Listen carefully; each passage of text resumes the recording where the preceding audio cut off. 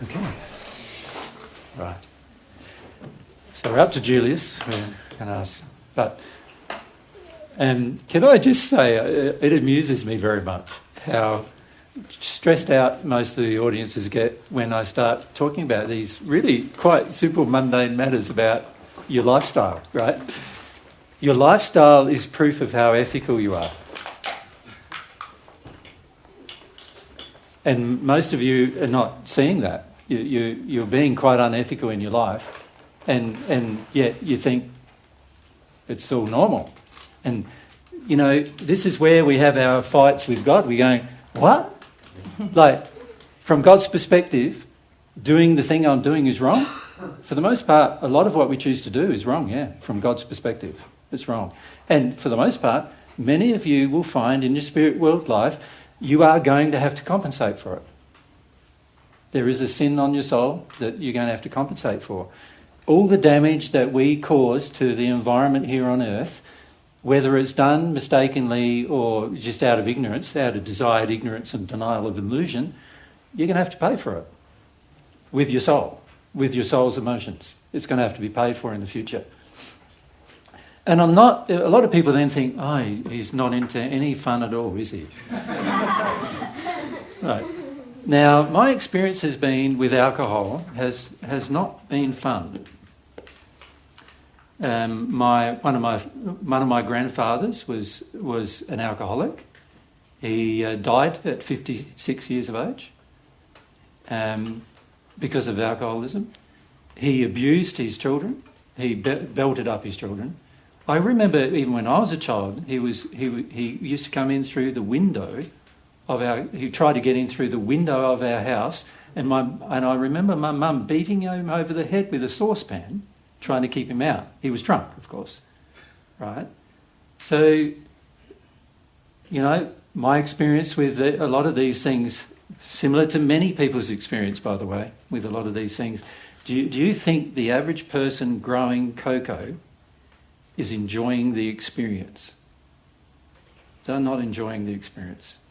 They're not. You know, if you talk to them, you'll find that they are sad. They feel their life has no hope for the future. They feel they can barely provide for their families. Most of them have no house, no clothes, no, except for the ones they wear on their back, and no shoes or anything like that, right? Because of the way it's done.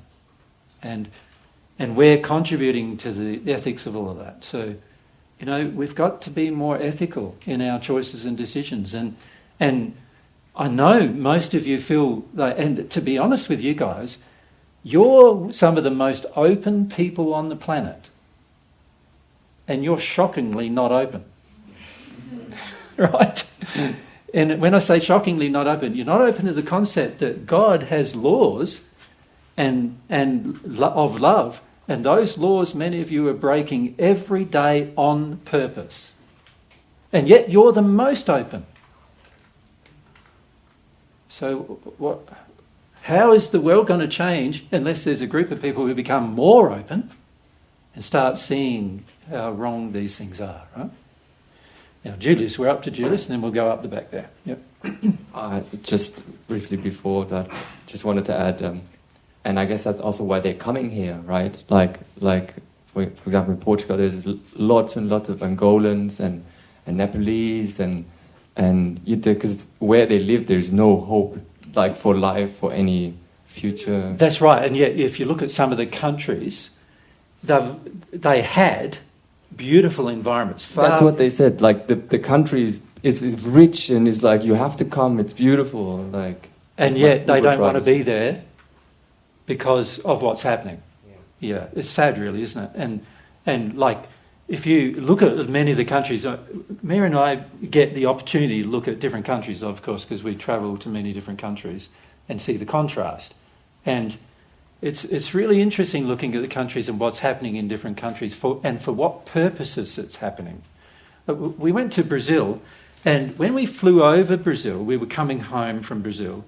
You fly over Brazil, you will see in Brazil, in Australia, everything's very dry. There's hardly any water, and people are farming is just decimated the place, right? And so Western culture is a decimated place. So where we live used to be a subtropical rainforest, and now it's like very, very harshly treated through cattle farming and sheep farming and so forth, goat farming and other things like that. And now there's where we are, not where we live because we've changed our environment, but around us, there's like, if you look at our next door neighbour, he lives right next door to us. There's barely any trees on his property. There's barely any grass. There's no grass on his property for most of the year. And he has goats on his property. And you go to our side, our trees are like 6 metres taller than his trees. Right? We've got our entire property is covered in grass. Right? And our entire property is covered in native animals. Like, kangaroos, like I said, possums and birds, like lots of different parakeets. We have about 60 varieties of birds on our property, something like that. And when I first went there was one variety of birds. That was 15 years ago, one variety. It was called a crow. It's like a blackbird, about this big. And that was it. Nothing else. There was no grass because it would be in a goat property just like our next door neighbours. Goat property, it was just like that. So you can change things. It requires effort on my part. I've been out digging holes, and one way we keep fit is by digging holes. We discard all of our own waste for the most part. So the majority of our waste is just fruit and vegetables, of course. So, but we handle all of our own waste. At one point, we were actually getting the entire waste of the fruit and veg shops in all of the town that we had, anyone we could negotiate with, and we were getting their waste too, and putting it on our property. And it actually improved our property, right? And that's how a lot of these animals and birds came, because there was stuff they could eat and there's shelter they could have. And in Australia, they're still cutting down trees from forests, just like you're doing here in Austria. We see it here all the way through. In Australia, for the same purposes. And there's all this offcuts, and what they do is burn it. So it all just goes straight up into the atmosphere. So we have actually bought it from them and mulched it, and then put it on the property. To prevent it being burnt. To prevent it being burnt. That's the only reason why we bought it, to stop it being burnt, because otherwise it's just going to go up in the atmosphere and just create more global warming, right? And it's better if it just slowly decomposes rather than being burnt. It's better for the environment. And not only that, it's food for all the animals and birds and everything else. And as a result, we've now got snakes and lizards and birds and animals and insects, like insects galore. It's like... we're trying to find ways to keep them out of our house because it's so much of them. Sometimes we walk in the house and the entire floor is covered in insects, like you can't see the floor. And we've had to work out ways to manage all that in the process, right? And what we've learned in all of that is that if you love things, there will be abundance, right? And you can compensate for the things you've done in the past, but also you can learn things about what to do in the future and how to educate others to do things in the future. And these are all very good things to learn, right? But to do it, you've got to start with some ethics. And this is what I'm saying. The majority of us are in complete denial of ethics. We're in complete illusion. We think what we're doing is ethical, and it's not. And we've got to change to become more ethical. Now, if we don't change and face the truth that we're not being ethical ourselves, how can we ever expect the people around us to be ethical with us? It doesn't... It's like asking you to do something that I'm unwilling to do. That's not very righteous, is it? It's not very good if I request that you do something that I haven't done. Right? So during some of these lectures, I'm going to ask that you love yourself more. But I'm learning just how to do it now. And eventually I will love myself properly, as in harmony with God's principles. And then I'll be able to encourage you more to love yourselves more too, right? But I can't encourage you to do things that I'm unwilling to do for myself. That's something to bear in mind. You wanted to say though? Yeah. So maybe in connection, I hope, between the two. Yep. I reflected this morning on something I want and I feel I need from others. Yep. And then I was a mosquito and I was like, I'm like a bloodsucker. Yep. Like, I agree with that. yeah, like, yeah. It's Particularly with women. with anyone. Yeah, but particularly with women. Yeah. So it's like I feel, and I guess with that also means that I feel God hasn't provided or whatever, or God doesn't give me what I think I need. So it's justified and necessary that I just take whatever I can get. Yes. I suck it out of. So that's Particularly out of people. yeah. In my case, Yeah. because I don't have. Well, that's a very good self-reflection. Because if I ever had the chance to say that to you, that's what I would have said to you. That you're like a mosquito. Like it's a brutal truth, isn't it? If you think about it. But you can change it. You can change it. Yeah. You see, if you don't know you're doing it, or you don't even realise you're doing it, or you just ignore you're doing it. So what I've seen you do over the course of the time I've known you is that you go and stay with somebody, you take everything from them, and then when they're exhausted giving that to you, you go and stay with somebody else and take everything from them, and then when they're exhausted giving that to you, you go to somewhere else and take from them. And that's been the pattern of your life that I've observed. At the same time as you thinking you're doing them some favours, which is even worse if you think about it, because they sort of come away feeling, wow, I feel like I've given all these things to Julius, but he thinks he's doing me a favour by being with me, you know. And also you believe yourself to be in harmony with God's truth, more in harmony often than they are, and that's like completely false. That's you living in total illusion, because the fact that you're going from person to person to person and using their resources without consideration of love proves that you don't understand the truth. Does that make sense to you? Yeah, it does. Now, it's very good you had that realisation. It's very bad it was only this morning. Well, it's been kind of over the last couple of weeks. I understand. But you've had the feedback Jesus is telling you when you came to Australia. When you came to Australia. Yeah, I know. It's taken that long. And this is the thing, you see, what happens for most people is they hear these things that I say to them, they go, oh, God, he's definitely not right about that, right? You know, he's definitely not right about that.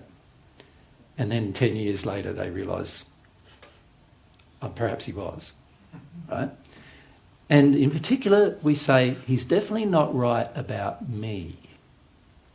You see, we want to maintain an illusion about ourselves. That's one of the biggest errors we have. Yeah, I mean, I remember the first things you were saying to me when I was unloving to Louisa. I was like, I have no idea what you said to me. It was like, I think something like you said about The Simpsons, like, you know, just like the dog, which is, you know, I was like feeling like getting told off, and I felt like you were screaming at me, and my ears were just like shut, and I was like, I heard nothing. Yeah. And it's a pity because I don't remember any of the feedback. It was just until like 2-3 hours later, I was like, I could hear you again. Yeah. But even those things, I look back on now and I say like, you know, I didn't really hear them because I didn't change. And I ignored them. Yeah. You know, and I wanted to ignore them for a long time. I just wanted to knit to the raisin pick. You know, so some things they were a bit nicer, so I could We need to put that here on this list, probably, don't we? Like raisin pick. Pick and choose what I want. You know, Is that how you say it in German? Raisin pick. We say in English cherry pick. Yeah. Cherry pick. In Australia, we say cherry pick. Yeah. Because the raisins were that one's nice. In the so to feed the in Germany and Austria was a lot of like flour based, like very like greasy. High carb stuff, and then they put some raisins, you know, the dried there, and that was the nice stuff. All the rest was just like blah. So the children would try to pick out the raisins and leave the bread. Yeah. I get you. Yeah, it's very much the same as that with people with truth. See, the problem with watching Divine Truth videos is that that's what the majority of people are doing. They're picking only the bits they think apply to themselves. And for the most part, almost everything applies to you. But most of us think, oh, it's only just this little bit, and the rest of it, oh, I'm not like that, and I'm not like this, and I'm not that unethical. I love people, and I'm pretty good in that regard. And I don't drink coffee. I don't drink coffee, so it's all good. So and so I don't have my 1 bar of chocolate a day, and so and if we're not careful, we can ignore so much truth in that place. And also, that doesn't help us have a relationship with God, because the relationship with God is based upon truth. And the Holy Spirit, which is the connector between you and God for receiving love, is a truth-based connector. It's a conduit that opens. It's actually like a wormhole between you and God, and it opens based on how much truth you're in, how much sincerity you're in, how much transparency you're in. That's why when it opens. So when I pray, if I have a true passionate desire, remember we talked about prayer yesterday a bit when we said it was a passionate desire for God's love and God's truth. If I am passionate and I am honest, now the conduit can open. But if I'm not honest, I'm in illusion, I'm in denial, nothing can open. So the only people after that are going to respond to my prayer are spirits. And they're not going to be spirits in good condition, right? Because any spirit in good condition is actually well connected to God. So it's going to be spirits in bad condition feeding our addictions. And this is what I notice a lot of people who think they have a relationship with God, they actually have a relationship with spirits who feed their addictions, right? And no relationship with God, because for the most part they're in denial and illusion about what's going on in their life, and they're in denial and illusion about the level of sincerity they have. Right? Now, you having these realizations in the last few weeks is an improvement in the level of sincerity. Now, to be truly sincere, you're going to have to look at how bad the situation is. I think pretty bad. Yeah. And then look at the motivation as to why that unloving behaviour has been engaged with people in the past. So, and that's going to be even more tricky, isn't it? Because there's going to be some tough emotions under that drive that. Yep. Yeah, I mean, because I guess it's connected with what Corny said, that a big part must be that my mother I'm the prince and I get given everything. Yes. And and it's quite a tricky one, because I'm like, it's, like if you're treated badly, it's kind of like you can kind of see and have compassion, but then when this is something I've always also wanted to reject, and Corny said, like, there's something you didn't want to hear, and there was 2 things, but one of them was that that's the last thing I wanted to hear, like, my mum's bad, and my mum's evil, and but that she treated me like a prince is like, it's like that's the last thing I want to hear, because I don't have any idea how to get underneath that, or like maybe that's not true. Well, it's going to require a sincerity to get underneath it, yeah. and ethics, and emotional integrity, and desire for truth, and desire for truth, and of course God is trying to talk to you via the conscience to tell you what the problem is. So there's plenty of means to help you. The issue is how much you want the help. That's really what true progress boils down to: how much you want to progress. And for the majority of us, we sort of, what we want is we want everybody else to progress. So they treat me better. Yeah. So and this is a big problem we have, is that we want them to progress first, and then they treat me better, and then we sort of have the feeling that if everybody treated me better, I wouldn't get angry. I wouldn't have bad emotions to feel. Everyone would be nice to me, and I'll get what I want when I want it, and it'll be so wonderful. But it won't be wonderful because you won't be developed yourself. You won't be developed in love yourself. And so, that really is the key. So I'm not too worried about having a traumatic life here on earth. Now, my life at the moment, I have around about, on the average, 2 million spirits all day, every day attacking me, on the average. That's my average day, every day. Most of them want to kill me, and they do everything they possibly can to create events and circumstances where they can. And if I don't live in harmony, love and truth, I'd be dead by now. right? And it's every day. And then when we go to somewhere like Brussels, when we first arrived, there were 12 million. Yep. And that's why it was different for me. I could put up with a couple of million a day, but 12 million was a bit more intense. You follow? And they were just attacking me every day. No sleep, couldn't sleep at all. Didn't sleep for 7 days straight. No sleep. And I'm going, but is it worth it? Yes, because this tells me I'm doing good. If that many spirits want to get into me, I'm doing pretty good. It means that I'm progressing. It means that I'm working my way through it. But it's tough. There's times when it's tough. Like, most of you have no idea what it's like to be first in something. You know? The very first people who learned how to fly, it was tough for them. Everybody criticised them, made fun of them, ridiculed them. They didn't want to help them. It was very rare that they got help from anybody. They had to do it all themselves. They had to work hard at it. They basically put the rest of their life on hold to do it, almost. You know, and now most of us fly. You know, we get in a plane and fly here and there and everywhere without even thinking about those people. And yet they deserve our honour and respect because they were first, right? Yeah. When you say that, I guess there's a reason. Like, I guess I got attacked this morning, but you're kind of saying like a bit of it, like, because for you that's not the case, but for me that's also a lot of the compensation. Or is it the attack? Yeah, like spirits attacking you is not really compensation. Spirits attacking you is because they don't want you to change. They get they get certain things fed through you, and they don't want you to change. In my case, they don't want me to change. If I change, I'm going to become braver. I'm going to talk more. I'm going to be more forceful, more open with everybody. I'm going to be more direct with everybody, more honest. I'm going to speak more of God's truth, and it will be more well known. Like, do all the spirits who are guiding the world's political systems and the religious systems and the economic systems and the medical systems of the world, do any of those spirits want that to happen? Of course they don't. So of course they've got a vested interest in attacking me. But just like many of the spirits with you guys, so some of you just have 1 or 2 spirits with you, but they're vested in you keeping on the same addictions, on the same path, on the same, you know, on all of these things. You know, sin is freedom, sin is pleasure. A lot of you don't realise, but actually a lot of these thoughts are not even your own.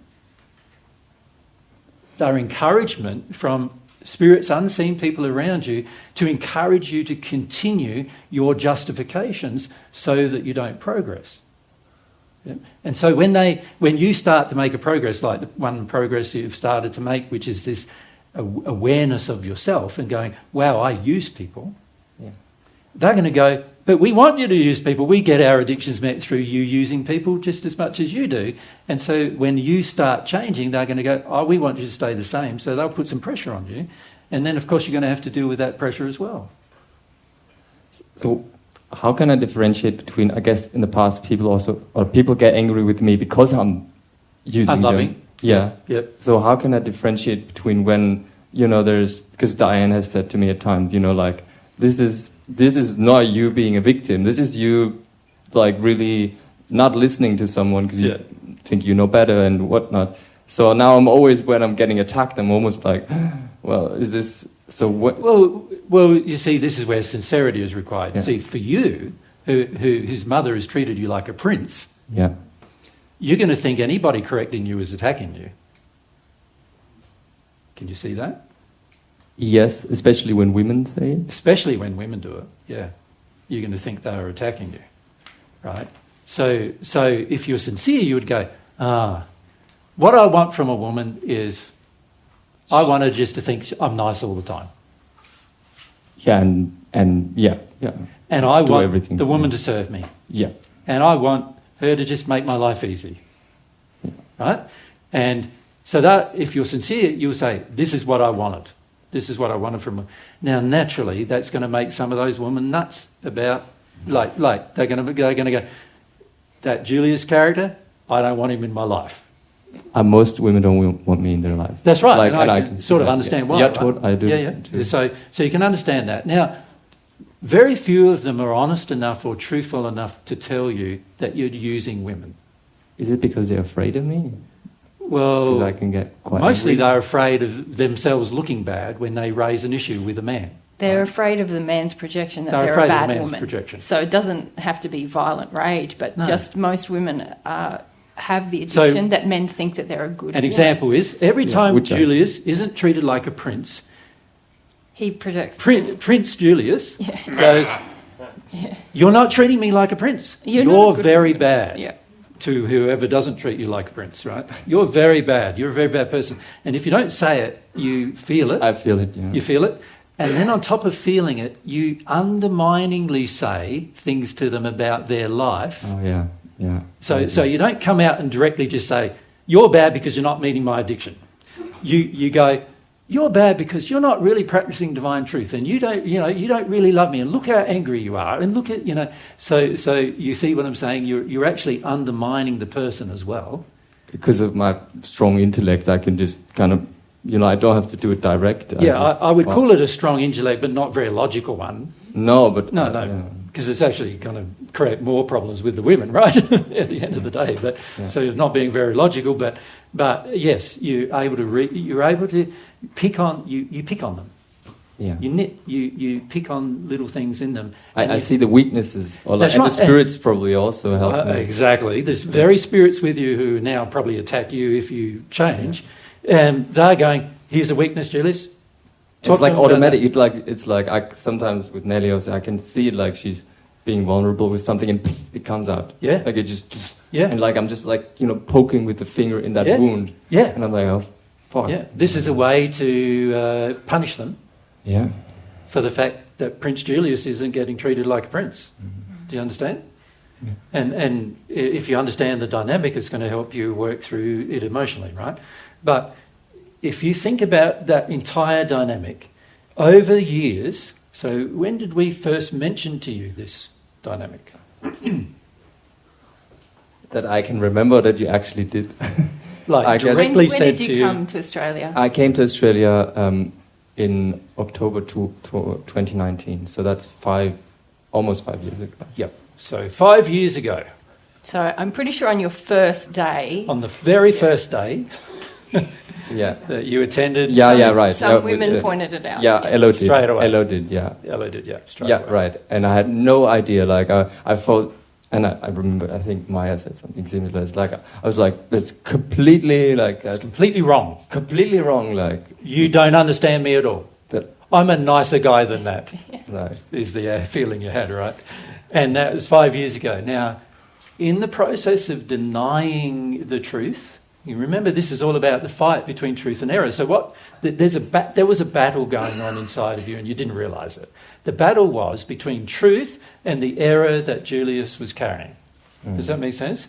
And up until that time, error was just winning without any confrontation, without anybody even raising it with you, and without anybody really being specific with you about it. Although I'm sure people have tried, definitely. but very gently, compared to Eloisa just going, "This is how it is, Julius," and which is, by the way, the most loving thing she could have done, right? But that was 5 years ago. Error continued to fight for itself in you.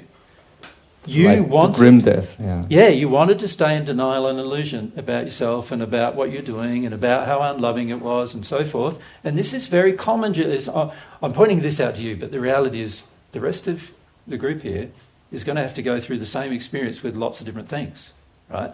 So 5 years ago, you had the chance to start fixing it. Yeah. There was a pretty good chance that if you started 5 years ago, what would be happening now?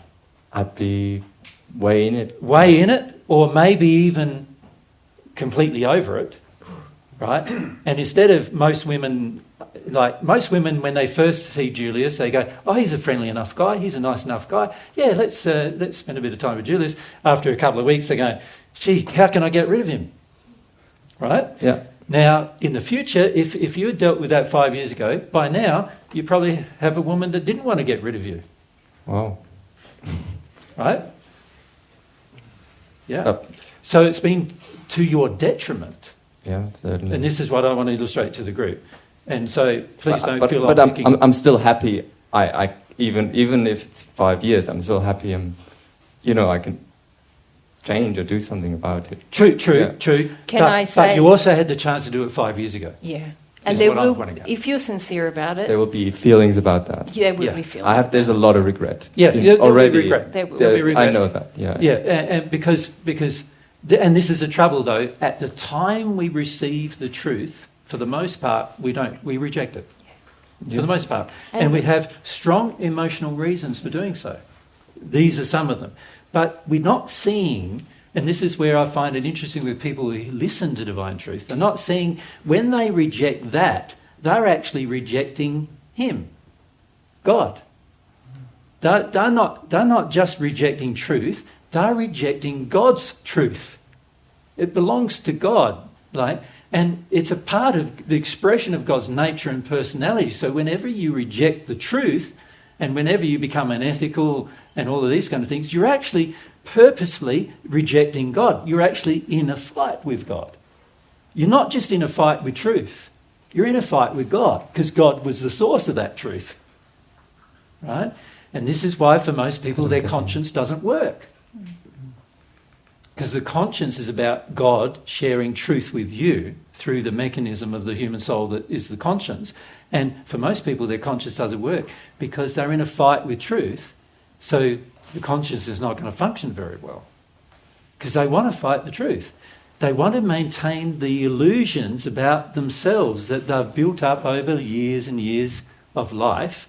And for the most part, those illusions were mostly created by the time we were 7 or 8 years of age. And by the time we're 16 or 17, they're pretty firmly established, like as a teenager, pretty firmly established.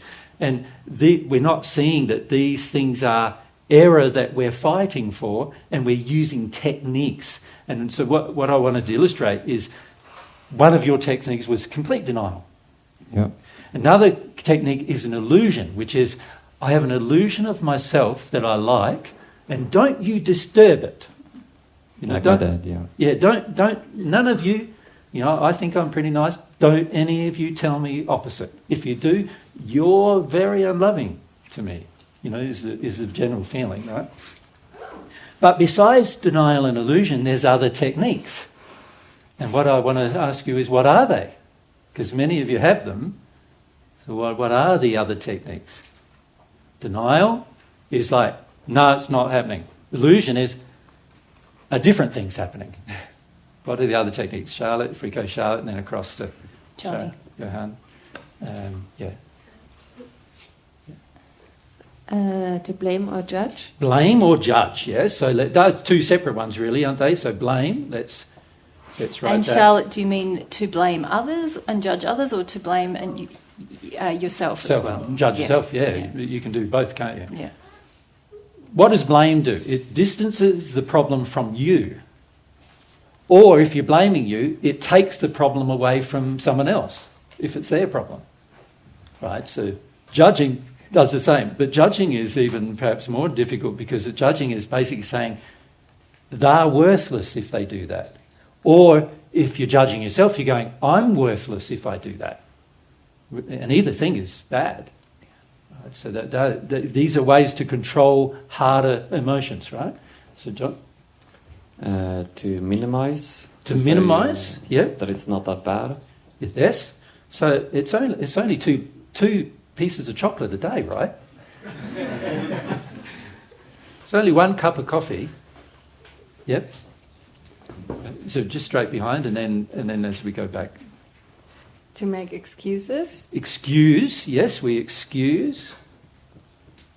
Very good. Mine is a special Yours case. is the same? The excuse is a classic. Yeah. Yes, to go back to what we discussed before the break regarding the resources. Last century, we were less than 2 billions in this earth. Yep. We are now approaching, we are already 8. 8.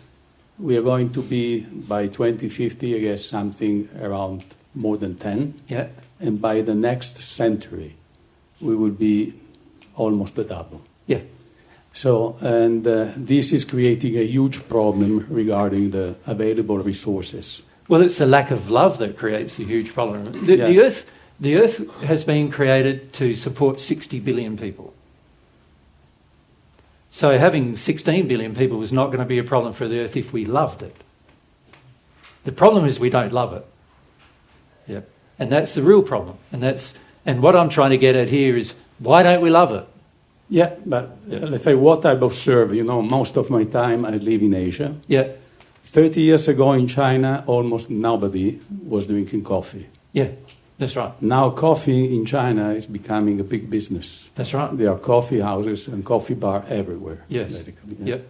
So that is just how the people adapt, let's say, to additions. Yeah. And remember, that's what I said earlier. If 8 billion people do it, that's a lot it's going to be a lot worse for the environment than if, a few hundred people do it, isn't it? Yeah, that's true. And of course, all this has also a very important economical value. Yep. From the financial point of view. Yeah? Yep. As well as the water we are drinking, from the economical point of view, is already a scarce resource. Yes. And being a scarce resource is attracting because there is a lack of water. Yep. Now, And imagine it's attractive later, to big business, isn't it, too? Of course, Yep. the biggest companies, we're they are pretty off heavily topic. investing in water. So But we're pretty off topic here now. Yeah. Because what I want to do is focus on... yeah, I know. Yes. That's why I step back. No worries. I'm sorry for that. But, If you might behind. Yep. And then down here, Your. to France, yep. Hello. I just wanted to say that we've all been conditioned to some extent, haven't we, by our background and so Certainly on, we have. So we all have this habit, I think, of judging and comparing ourselves with everybody else. And obviously those judgments and comparisons are going to be completely in error because we have no idea what the experiences of another person has been in their background. Very true. So to go back to the other point about comparing the two squares of chocolate and whatever, Yeah. if we... You're fighting for it a fair bit, but go on. I'm still fighting. You're still fighting, yeah. I'm going to a bit more extreme now. It's a bit, we can't really judge anybody else, can we, about, whether they have a bar of chocolate or a square of chocolate or whatever. If you're somebody working on the rubbish tip in India, for example, and you've been given that hand to deal with sort of thing in life, Yeah. then it's not really fair, is it, to say, oh, they've had a bar of chocolate or whatever, when they can't really afford anything else. It might be one of their limited pleasures in life sort of thing. Yeah, so but we now- can't really make a sweeping statement that this is Can you wrong see or what you're that's doing wrong. now, though, to yourself? A little bit, yeah. Yeah. see, this is the trouble, is I agree with the comment completely. You see, what you're doing now is you're conflating. manoeuvring the conversation away from yourself. And I agree totally that the poor young fellow in India who's working in a rubbish tip and he finds some chocolate in the rubbish, he's going to eat it, right? And I don't begrudge him that. And in fact, he shouldn't even be in the rubbish tip. And if I could do anything about it, which I'm trying to do, by the way, by teaching you how to love, then I would help him out of the rubbish pit if that was my... If I was there, that's what I would do, right? Now, the problem is, when we do that kind of manoeuvring, we are just shifting away from our own error. We're basically saying, now I feel judged, and now I feel criticised, and now I feel... And the reality is, God's law is judging you right now. It is. And I'm telling you it is. I'm not judging you. I'm just saying God's law is saying what you're doing is ethically wrong. You're saying that, not God. No, God's law is saying that. This is what I'm saying to you is that God's law is already saying that, and if you could feel God, you would feel him saying it. And what I'm saying to you is you don't want to feel him saying it, and that is how you stay in error. Yeah, but with due respect, you don't know sort of what my experiences of life have been. And, you know, like you said before... You say that, but you don't understand me at all. And also inherent in your question is the implication that you are being judged and you're not being judged. Well, yeah, exactly. But But I that's don't your mind being feeling. judged by God. But No, you know, you do, is what I'm saying. What I'm saying is you do. All I'm doing is saying to you how God's law is going to judge you. That's yeah, but there's all a lot I'm of doing. there's a lot of variables, isn't there, in what's in affecting somebody's decisions and what they take. Yeah, but I'm referring to what's affecting yours. yeah, but you don't know what's affecting mine. I That's do. my point. I do. I know you far better than you know yourself. Okay. And you don't believe that, and I know. But, Okay, give me some and examples. by the way, God knows you even better than I do. And all Oh, I've yeah, got to of do course, is yeah. ask God about you, and He'll tell me anyway. These are things you don't realise about God's truth. The more you progress and the more in harmony with God you become, the more you know about everybody you meet. The more you know what's driving them, what emotions they have, why they have them, what justifications they have.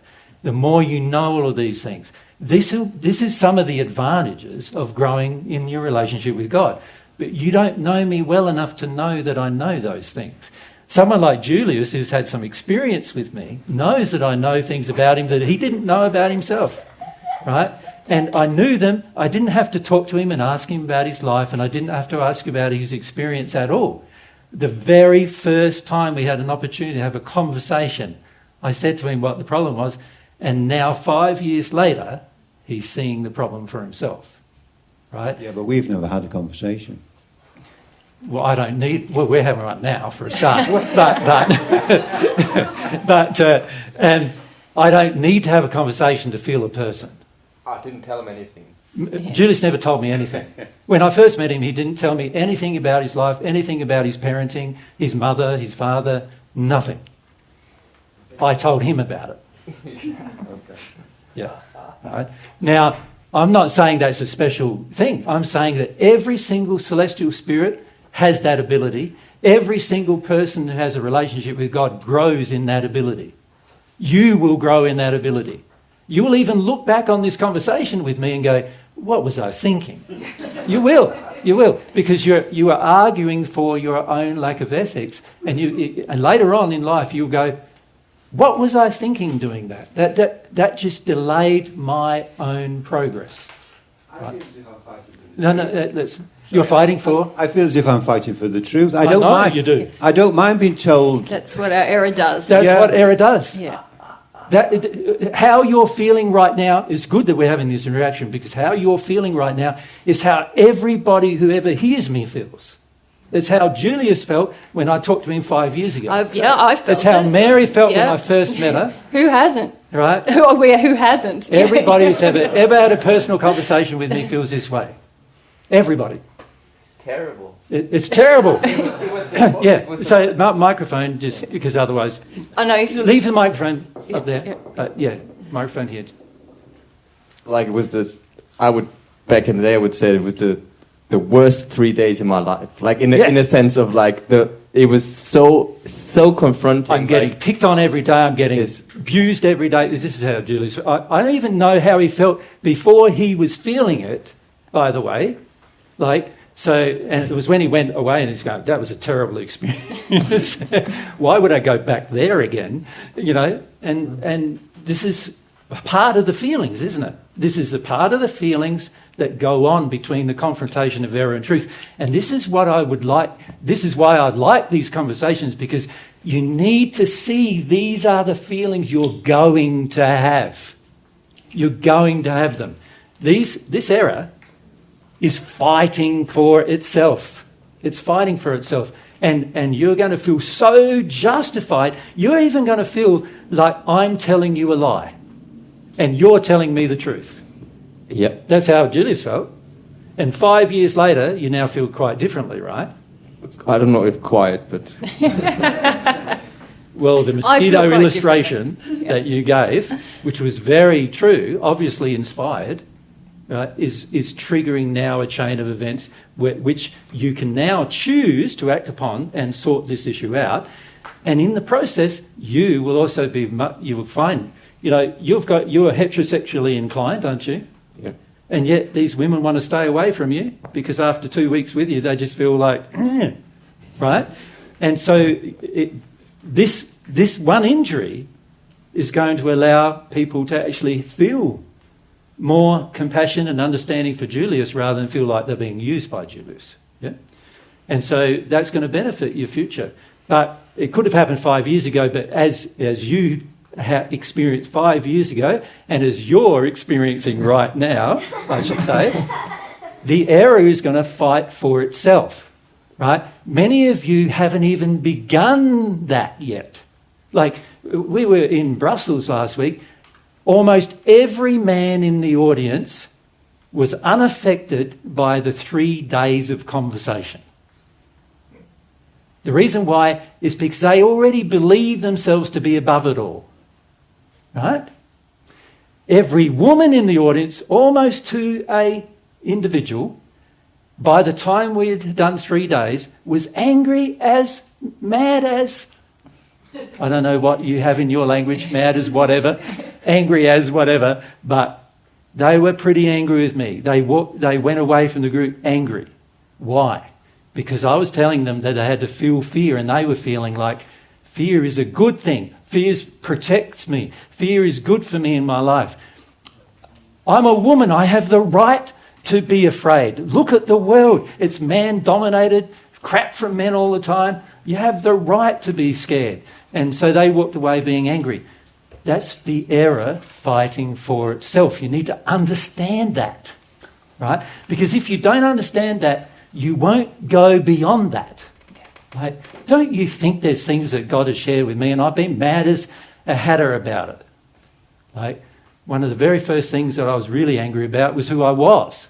Like, remembering, you know, like just remembering. My God, like, how am I going to say to a bunch of people that I'm Jesus? What does he expect of me, for God's sake? You know, like, how bad is that? Nobody's ever going to listen to what I've got to say once I say that. You know, and I actually tried for about, 3 minutes. No, it was more like 2 days. I tried to be in front of a group of people talking to the truth about them without saying who I was. You know what happened? I was doing these whole things about secrets of the universe and all these other things, and people would start going, how do you know all this? And I just ignored it and I keep going with the discussion, and people can say again, how do you know this? And I go, how do you know this? By the second day, it was the same group of people, second day, how do you know this? And one person said, you never answer the question, how you know all this. So I was saying, okay, I have to put everything down and go.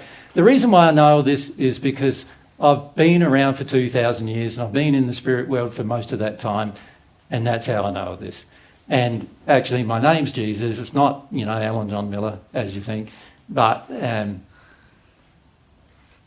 there was like silence after that, of course. Like, no more questions. And everybody in the audience I could feel were going, he just said he's Jesus. Why am I even listening to this guy? So I learned very quickly that if I was not going to be honest with a group of people in the audience about who I was, then how would I expect them to be honest with me about anything either, right?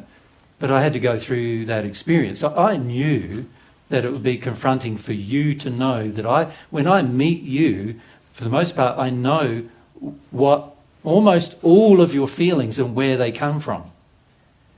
Most of you don't realise that. But I do. People who interact with me individually soon find out that's the case, but their error is the very first thing that happens. It's the very first thing that happens, just like my error was the very first thing that happened between me and God. Exactly the same as that. The error wanted to fight for itself, and in my case, the error wanted to fight for itself, but God sorted me out good pronto, quick. He sorted me out with regard to any error I had. It was criticised immediately, exposed publicly, and I learnt, deal with it now. Stop thinking that I know better and start listening is what I learnt. And to be frank with you, it's exactly what you're going to have to learn if you want to progress. Yep. So we go here and then up the back. Just a question. Oh, sorry, we were here. So, we were with you, were we? Yes. Yes. If you want. You first. Yeah, I mean, concerning how I uphold my error. We haven't finished this list, Yes. have we? One thing is going into disorientation, Yep. like confusion Yeah. and misunderstanding or not understanding. Yeah, what's another term for confusion? It's sort of like, there's another word. Going blank. Doubt. Doubt is a good relate. Doubt. Yes. Doubt is the word I'm looking for. D. Yeah, doubt. Doubt. Yeah, both those things we do to hide from truth, don't we? We go, but there's also this explanation, but there's that explanation, but there's this explanation, there's that explanation as well, there's 5 explanations, now there's 10 explanations. Which one's right? I don't know. You know, so, and then in that process of going, I don't know, we just let ourselves off the hook for being more honest with ourselves, right? Most doubt is actually chosen, and most confusion is chosen so we don't have to take action, right? God is not a person who sort of speaks in riddles, and God's not a person who speaks in mysticism. God is a person who speaks directly. He's honest, truthful, open, transparent, all the time. If we can't hear him, it's because we don't like that. We don't like someone who's honest, truthful, transparent all the time. We don't like it. It exposes so many things in ourselves generally when we meet a person like that. And for most of us, when we meet God, you're going to get exposed on all the different areas where you're dishonest with yourself, untruthful with yourself, in an illusion, in denial, you know, where you blame, where you're judging, and all those things. All of those things are going to get exposed. Now, judgment, all of these things are emotions. They're all feelings, right? The more you get rid of them, the more the error gets exposed. So the error needs these feelings to survive.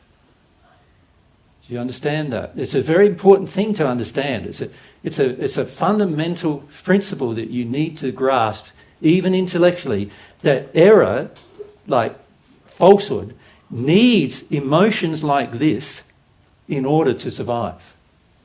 It needs you to be in denial, in illusion, in blame, in judgment, in minimising, confusing, doubt, comparing, even just saying, oh, it's just a habit and I should get away with it, excusing yourself, doubting. It needs that. By the way, we still haven't finished the list either, have we? There's more things, isn't there? Yeah. But you understand? Yeah, and even it's a strange place because it's a place of suffering and I'm remaining there. Yeah, but see, most people would prefer to suffer than act. Yes, exactly. And so avoidance. Yeah. You see this in life everywhere, where people would prefer suffering rather than action. Like you see that in a marriage where, you know, both parties very unhappy. None of them want to split up. So they stay in the marriage, stay in the marriage, stay in the marriage. Many of you have had relationships where you've done that, right? Where something's wrong and you don't deal with it, you don't confront it, but you stay in it, stay in it, stay in it, only to have it break up in the end anyway, right? I mean, I see it on a daily basis in my life. Exactly. These things here, confusion and doubt, help you not take action. Not taking action is one of the worst things you can do for your life.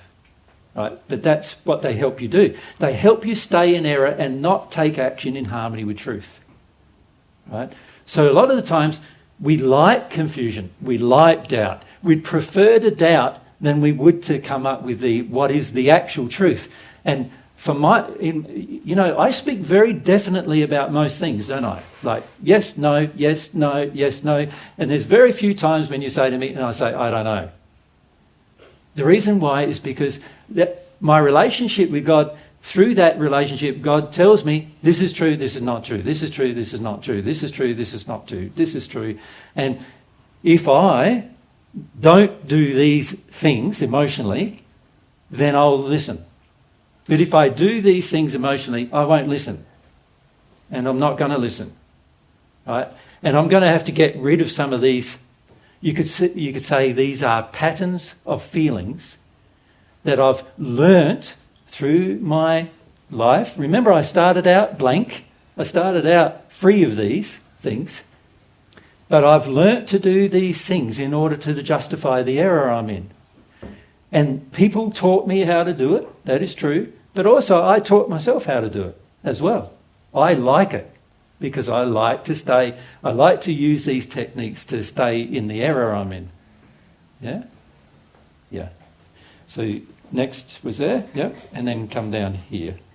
Yeah, I can Yep. attest to that experience of being confronted with truths where I feel like I did believe you were saying the truth about like everything except me, and I knew that was illogical. Like I knew that can't be the solution. I mean, like I think everyone's smarter than that. But it's a very interesting thing you raised, because Mary and I have, over the years, we've been doing this now publicly for 16 years. We've talked to tens of thousands of people. Almost everybody, when they hear divine truth, when it's external to themselves, their heart feels encouraged. You know what I mean? You feel some joy. You go, wow, that's amazing. Yeah, that's... Even if it's not true, it's pretty amazing. is what the average person feels. And then after a while, time, you work out maybe it is true, and you start experimenting with all that. But there's a joy in your heart to even experiment with that external truth. When you're told a personal truth, it is completely the opposite. It's completely the opposite. It's like he got no idea what he's talking about now. What's wrong with him? He's gone from knowing these things to not knowing me at all. He doesn't understand me. He doesn't get me. He doesn't, And anybody, by the way, you're going to feel God doesn't get you. You're going to feel God doesn't understand you. You're going to feel your justifications in the same way. And the more in alignment with somebody, that somebody is with God who's around you, the more you're going to feel they don't get you. They don't understand you. When they get you more than you realise, they do. But in the error, because it's personal now. We're not just talking about how the universe works and the lovely spheres and the spirits, and you have all that fear of death you had, well, that you didn't have to have that because there's this afterlife and you're going to live forever. And, you got the opportunity to progress and start your progress whenever you want. Oh, that's relaxing to know. I don't have to panic about my progress. And there's all these wonderful things. And then we start talking about your personal error. It's just like, there's this like rage that comes up. And so we need to add, don't we, to that list? Rage, anger. And another one that many of you use towards me is condescension. Is that condescension? C before us? Sension. Condescension. That's not right. I can't spell. That's the truth. Condescension. Condescending. Condi. Right. There's an S and a C in there somewhere. Yeah. The reason why we do that is because if we can belittle somebody else, it distances ourselves from having to listen to them.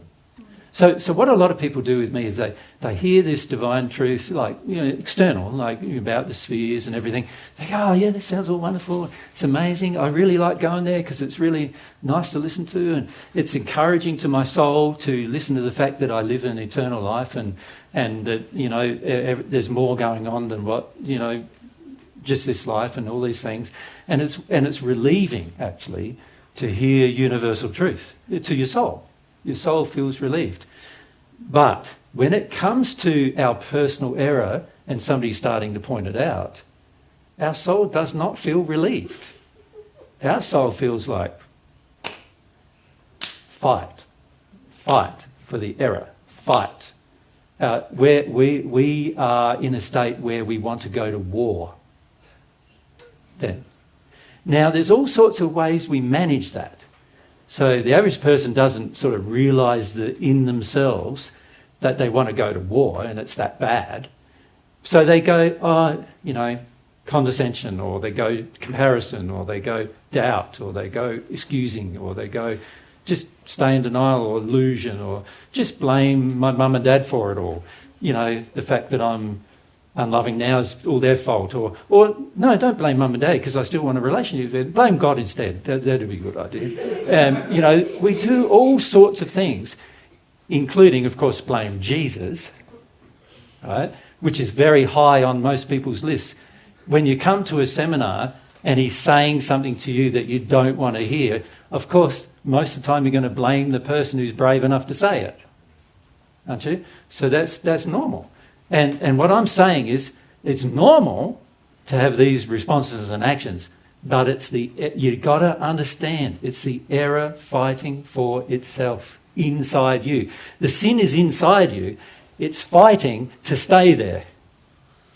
And it's going to be tricky, malicious, devious. It's going to be blaming and critical. It's going to do everything it possibly can to stay there. And then what you do with that is going to determine how good a relationship you ever have with God in your future. Right? That what you do when this confrontation begins is going to determine your future. Now, almost everyone I've ever met has lost the battle with error. When I say lost the battle, what I mean is they stay in their error. They don't allow the truth to influence their error. Almost everybody I know. And this is why, you come to one seminar and there's 200 people there. Well, we've had seminars like this. One seminar in the UK, 200 people came. The next day, 7. Okay. Right? Now, I was nice to them. I wasn't unkind. But what they were hearing was this starting to happen. We were talking about sexual matters. We were talking about relationship between men and women and how many people don't realise, but it's very, very damaged on earth, the relationship between men and women.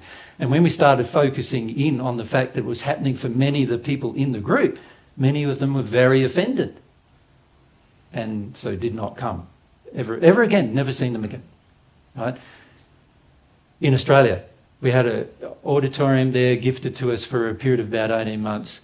And in that time there, we had almost 300 people come every weekend for 18 months. Right?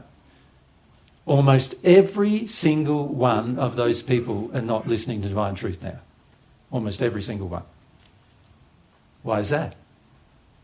Because sooner or later, this is going to happen to you. It's going to happen to you. And you think it's not going to, but it is. And what's going to happen to you is there's going to become a confrontation, internal emotional confrontation between the truth that's being shared and the error that exists within. You understand? And that confrontation is going to get so great that you're going to use this and another 500 other methods, right, to reason yourself out of listening to the truth. And what's going to happen, unless you start embracing the truth, you're not going to love it anymore. You're going to hate it. That's what's going to happen, right? So many of you, we knew it's like 10 or 15 years ago, and then we don't see you for 10 years. That happens too, where somebody doesn't listen to for 10 years and then they go, what am I doing? I don't even understand why I stopped listening. There's many people like that are starting to listen again, who come back to us and say, look, I know we've been away for 10 years or whatever. I don't even understand why I went away. And when we start discussing this, they almost feel like going away straight away again. Right? Because there's all these methods we use, even things like time. Yeah. Just Don't spend any time thinking about it. If you don't spend any time thinking about it, it's not going to bother you. You know, just things like that can cause these shifts to occur. Yeah? Where are we up to? Let's go right up the back on that side and then across on the back. Yeah. Thank you. Can I ask a personal question? Do we want to answer There's a Let me hear what the question is, and Okay. then we'll see. I have a question about feeling that I want to be good to men. To men. Be good to men. to men, yeah. And I just want to hear why I would like to do that. So sort of the opposite of what we were talking about with Julius, where you feel like, oh, if a man has a bad opinion of me, then Yes. yeah. Why is that so stressful for me? Or why? Well, why would I answer to Julius' addiction to? Yeah. Why would I answer to Julius' addiction? Can we leave those questions for tomorrow morning? Yeah. Of course. Can we do that? Personal questions? Because I would like to stay on this theme, because there's a principle in here that I want you to grasp. And that is, you will feel a lot of joy about listening to God's truth as long as it remains external to you. You will. What I love about the truth is it's so attractive to listen to. Like, atheists, frequently come to our seminars. They love listening. And I'm talking about God. Now, the average atheist, whenever they hear the word God, they're pretty upset, right? They feel quite offended about that, the average atheist. But many atheists who come along, they start listening because they didn't realise, for the most part, how logical the truth could actually be, right? And it's the same with all sorts of religious faiths and all sorts of people from different walks of life. Every single person I ever met, generally, is fascinated about truth as long as it remains external to them. But the same applies to every single person when it starts being personal.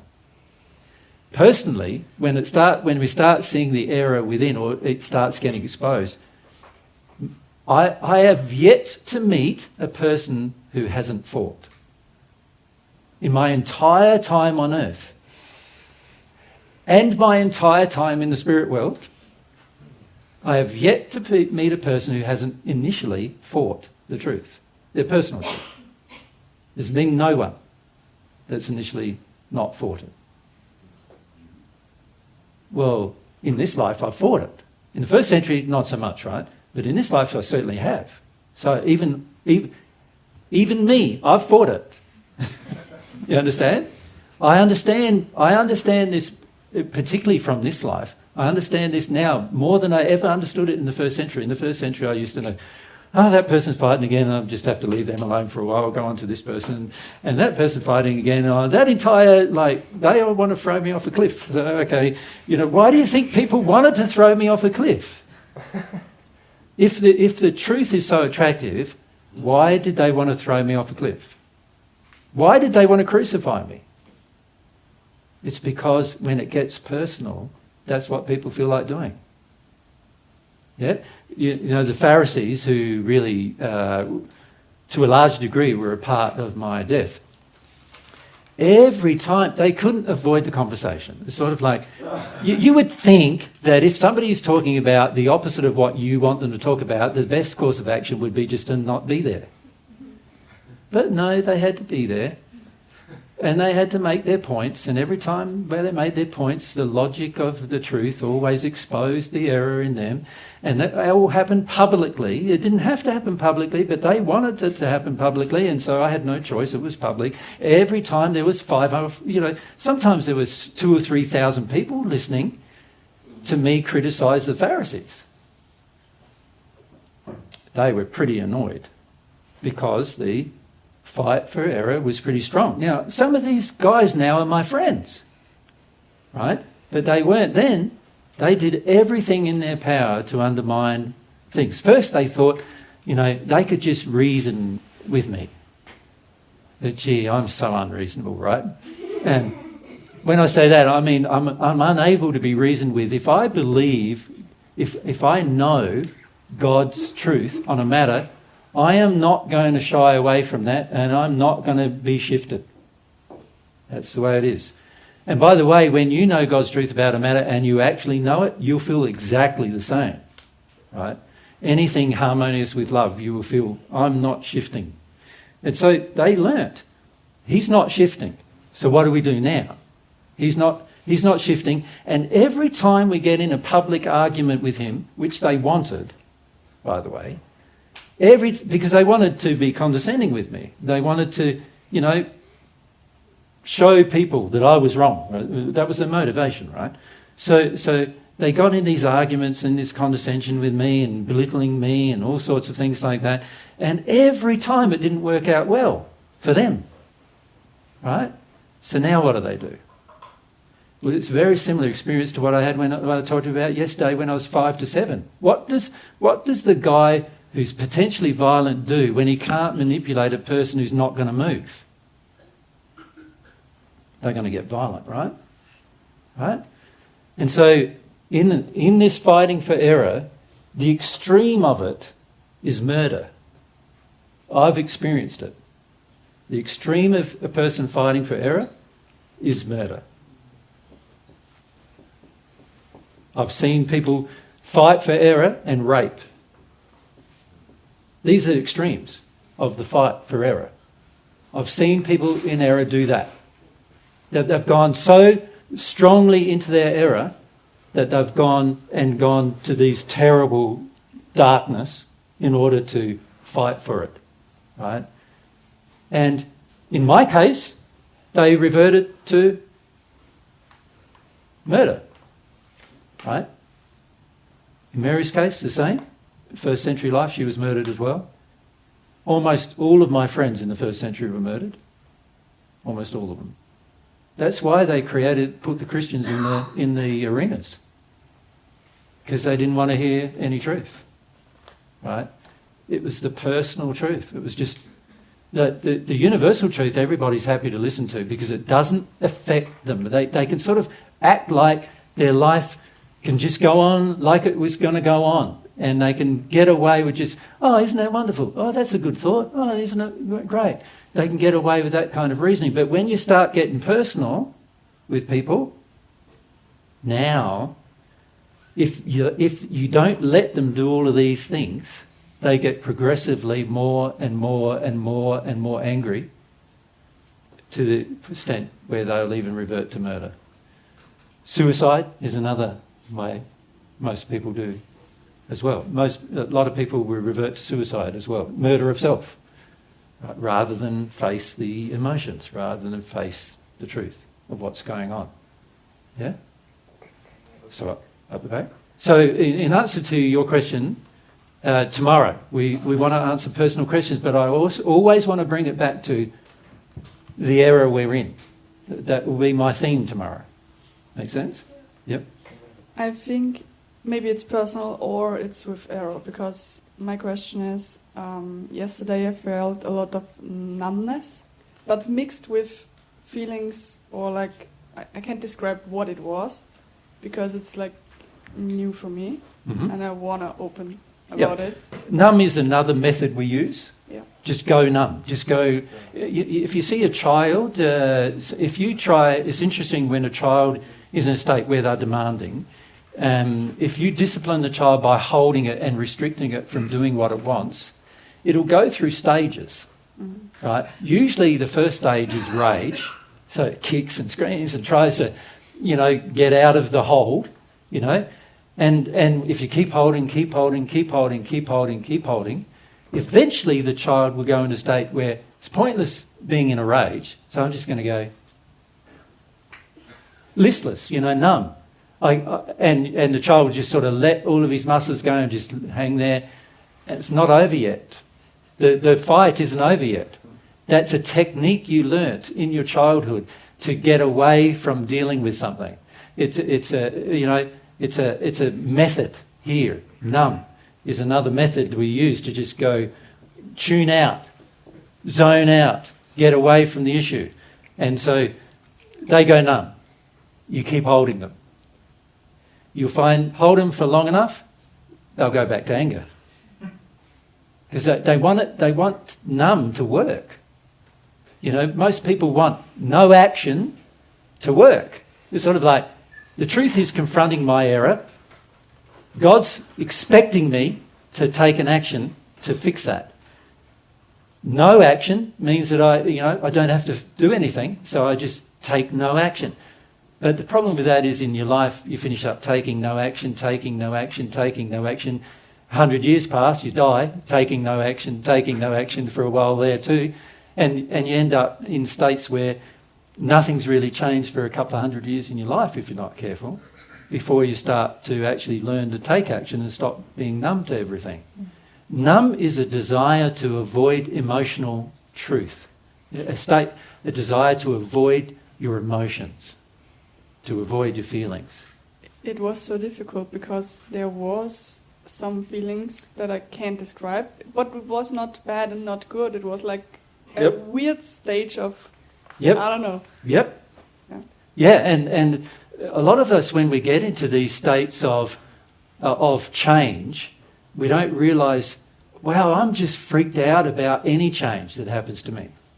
And for many of us, we then back off of change by just going numb, taking no action, avoiding change, excusing, and all of these other things we do. We do these things because we feel going forward is uncertain, is what we believe. We feel it's not necessary. We don't know if it's a good or a bad thing. And because it's uncertain, we then go, well, do I really want it? Isn't it better just to stay like I am? Because that's certain.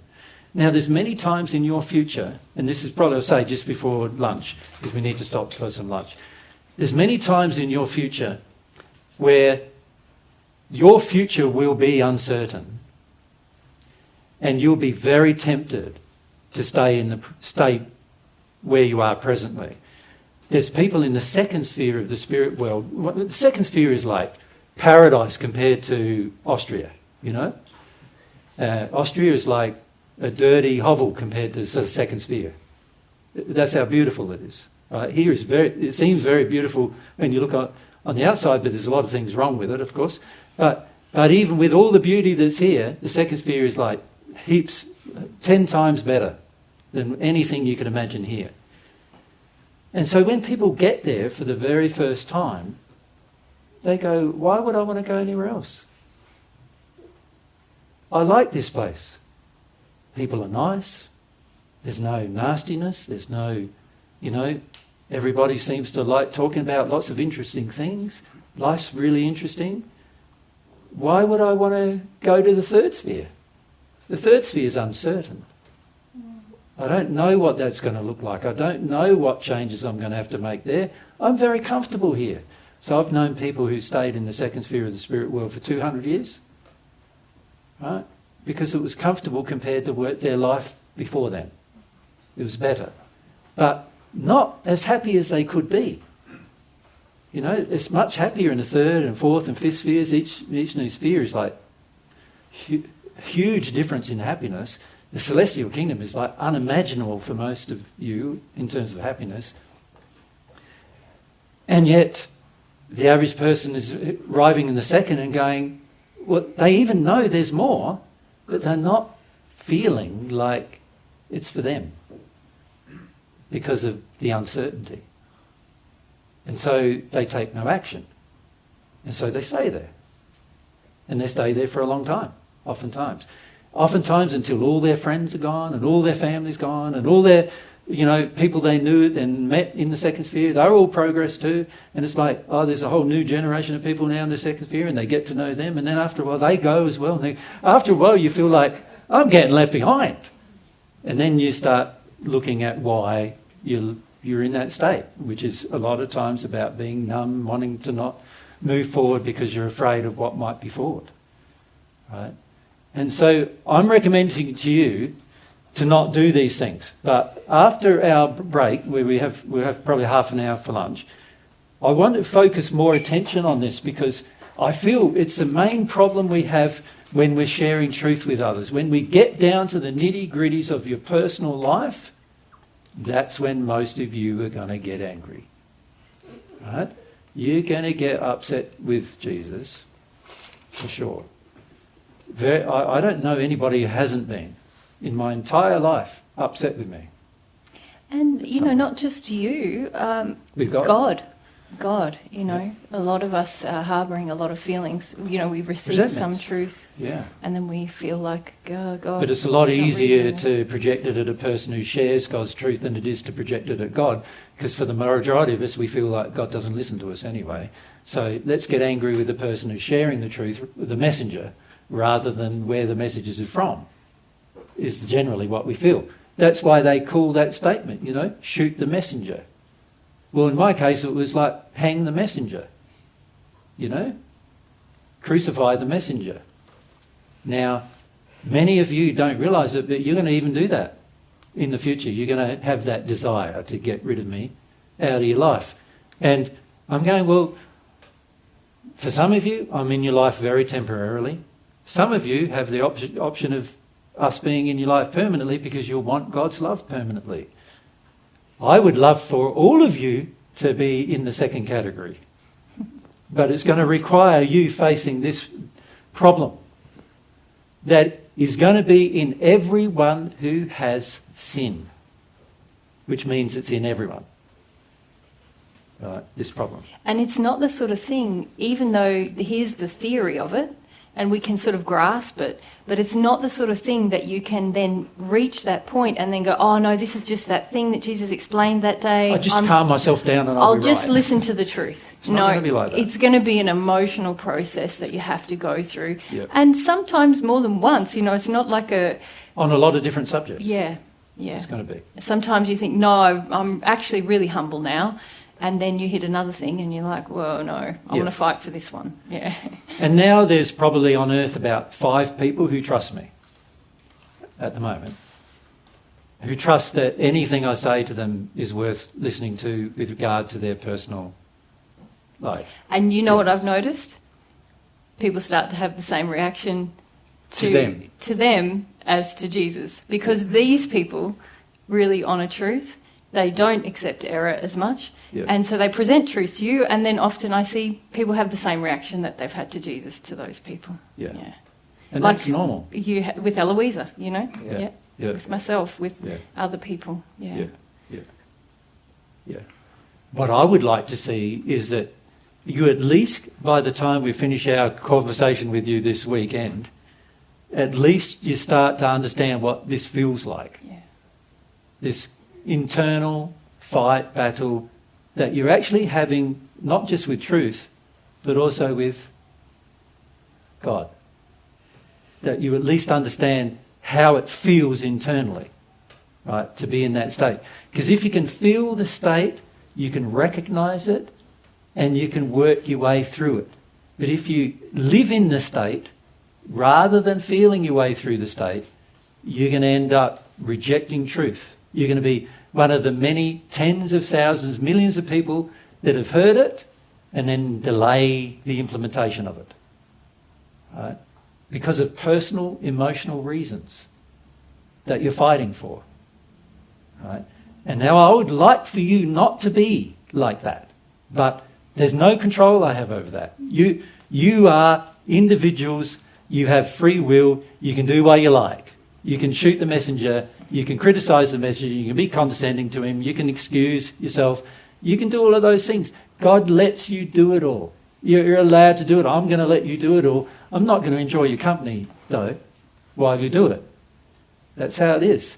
I enjoy the company of people who are, like myself, focused on truth no matter what change I have to make. No matter what I got to see about myself, I'm going to do that. That makes sense? And you, once you start to feel feelings for God and have God's feelings, feel God's feelings for you, you're going to eventually end up being very similar to me.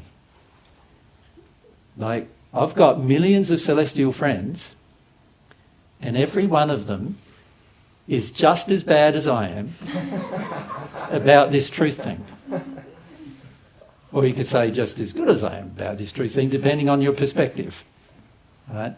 This is why on earth very few people hear a celestial spirit speak. Because the error is fighting for itself. Now, your spirit guides, your spirit friends, they would love to have you change on this issue. Because if you change on the issue, you're going to be much more open to hearing truth, to progressing, to making changes while you're here on earth. And the immense benefits of that you will experience if you do that. But it's going to be tough initially because sin wants itself to survive. And that's going to be the battle. And in fact, if you've ever read the Paget messages, there's a message in there that says the real battle, we were talking about war, like the First World War, the Second, we were talking about at the time in context. But I said to Ned, the real battle is not the war. The real battle is the individual's own fight with his own sin. This is going to be the thing you find the hardest in your life. It's going to be harder than anything else you do. Harder than anything else you try to achieve in your life will be your own battle with your own sin. Right? And it's a fight that is worth winning. It's a fight you can win.